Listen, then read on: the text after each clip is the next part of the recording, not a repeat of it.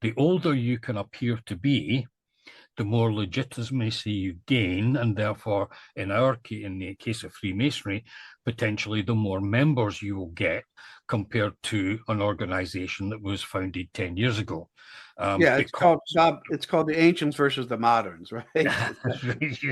Yeah, well, exactly. But here, so that's one observation of mine. But here's the question that has always concerned me. I'd like to have your take on this. Although it's a question, I'm going to sort of state the case, and then you can answer if you think I've got anything going. It's got anything going for it. I think that regardless of when Freemasonry began, if it did begin as such, regardless of when it began, the idea originally certainly was that each branch of Freemasonry would create its own traditional history. And by a traditional history, I mean it's an allegorical vehicle to pass certain social mores, certain morals, ethical lessons, all that kind of stuff.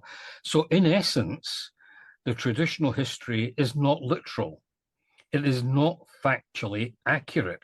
It's not intended to be. It's the vehicle for passing on abstract thought about how you should behave as a human being, how you should behave towards other human beings, and indeed how countries should treat other countries, and so on, from a very personal level to an international level.